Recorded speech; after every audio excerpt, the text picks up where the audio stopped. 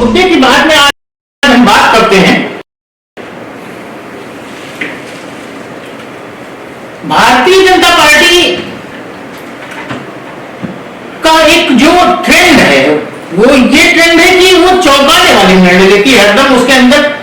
ये एक तरीके से परंपरा बन गई है कि वो रहस्य बनाकर रखती है और एकदम से किसी निर्णय को लेकर के आती है जो चौंका देती है। इसी क्रम में दो बातें ऐसी, अच्छा इसके साथ एक बात और भी इसमें कही जा सकती है कि भारतीय जनता पार्टी में एक परंपरा भी बन गई है कि आज का नेतृत्व किसको सड़क पर उठा करके और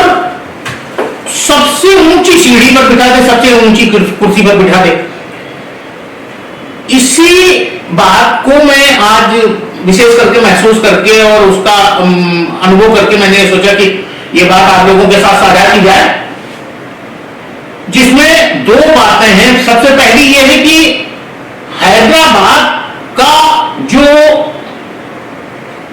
राजनीतिक सम्राट जिसे कहा जाता है असदुद्दीन ओवैसी, 40 साल से जिसके खिलाफ कोई भी प्रत्याशी अपनी जीत नहीं दर्ज करवा पाया, उसके खिलाफ भारतीय जनता पार्टी ने एक ऐसी महिला को, अनजान महिला को, जिसे खुद भी नहीं पता था और जिसने किसी भी तरीके से इस बात का आवेदन नहीं किया कि उसे लोकसभा का चुनाव लड़ना है, भारतीय जनता पार्टी ने एक समाज सेविका को जो 30 साल से वहीं की रहने वाली है, वहीं उसकी शादी हुई, वहीं उसकी पढ़ाई की, वहीं उसका कार्यक्षेत्र है, और एक सोशल वर्कर, उसकी तमाम खासियत है, तमाम खासियत की विशेषताएं हैं, उन पर चर्चा न करते जो मेरा आज का मुद्दा है उसमें यह कि भारतीय जनता पार्टी ने जिसको प्रत्याशी बनाया वो उस क्षेत्र में सामाजिक कार्यकर्ता के रूप में,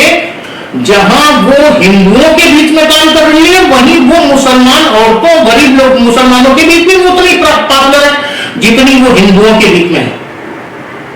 और दूसरी बात, जहां हिंदुओं के वोटों के ध्रुवीकरण के नजरिए से देखा जाए तो वो एक फायर ब्रांड प्रवक्ता भी है, जो सनातन धर्म के मामले में हिंदी की इतनी प्रगाढ़ वक्ता और संस्कृत के श्लोकों का उच्चारण जिस तरीके से वो करती है, और जो उसकी वेशभूषा, हाथ की कलाई में रुद्राक्ष की माला, मतलब कुल मिलाकर के एक ऐसी महिला को भारतीय जनता पार्टी ने असदुद्दीन ओवैसी के सामने खड़ा कर दिया है, जिससे मैं समझता हूं कि असदुद्दीन ओवैसी के जीतने में लाले पड़ जाएंगे। अगर वो जीतते हैं तब भी यह माना जाएगा कि भारतीय जनता पार्टी ने असदुद्दीन ओवैसी को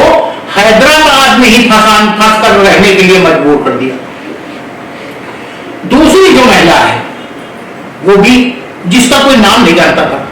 पश्चिम बंगाल का जो चर्चित संदेश खाली प्रकरण है, जिसमें महिलाओं के साथ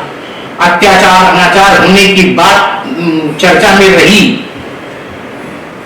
उस मामले को उठाने वाली प्रखर जो वहां की महिला है, रेखा पात्र, साधारण सी महिला है, जिसको किसी भी तरीके से यह नहीं कहा जा सकता कि वो जानी मानी है। भारतीय जनता पार्टी ने रेखा पात्रा को लोकसभा चुनाव का टिकट दे दिया, सभासदी का नहीं, पार्षदी का नहीं, विधायकी का नहीं,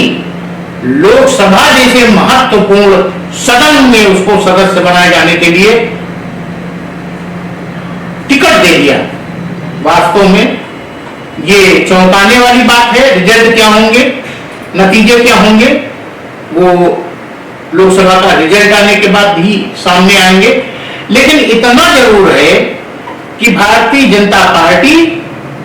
जो उसके चौंकाने की परंपरा है, उसी चौंकाने की परंपरा में उसने दोनों जगहों पर, दोनों लोकसभा क्षेत्रों में जिन प्रत्याशियों का चयन किया है, वास्तव में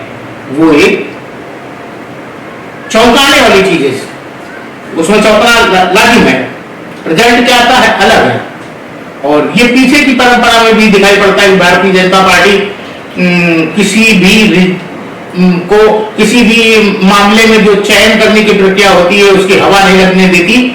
मीडिया के लोग जो अटकलों का बाजार लगाने के लिए जाने जाते थे, तरस जाते हैं कि लिस्ट जो है हमको पता चल जाए, और जब उनके अटकलों के बाद जब उसकी घोषणा होती है तो लोग जो चौंक जाते हैं। यही माधवीलता और रेखा पात्रा के मामले में भी हुआ। आज की बात में बस इतना ही। आर के गुप्ता के साथ धन्यवाद। कल फिर मिलेंगे।